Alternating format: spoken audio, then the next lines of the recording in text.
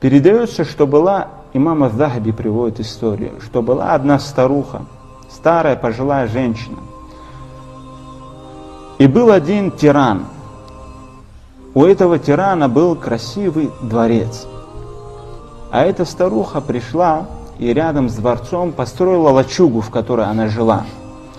И в один из дней, когда она вышла для того, чтобы найти пропитание, риск, ушла из лачуги. И в этот же день этот тиран вышел со своего дворца и стал смотреть на свой дворец со стороны, любоваться, какой он красивый. И в один момент он увидел эту лачугу, и ему показалось, что она портит вид его дворца.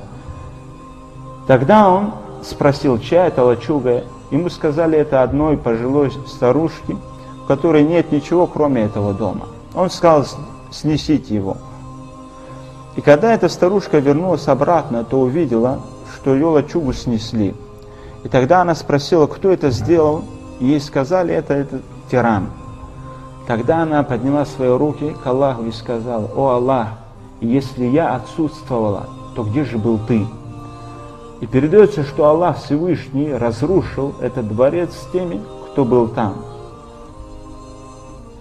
И Аллах же говорит в Коране, وَلَا تَحْسَبَنَّ اللَّهَ غَافِلًا عَمَّا يَعْمَلُ الظَّالِمُونَ إِنَّمَا يُؤَخِّرُهُمْ لِيَوْمٍ تَشْخَصُ فِيهِ الْأَبْصَارُ.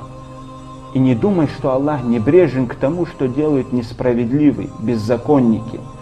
Он им только отсрачивает до дня, в который закатятся взоры. И каждый, кто занимается несправедливостью, каждый, кто угнетает, притесняет, и тем более, кто занимается этим, притесняя праведников, притесняя верующих, ответит перед Аллахом и получит наказание Аллаха в этом мире и в ахирате, иншаллах.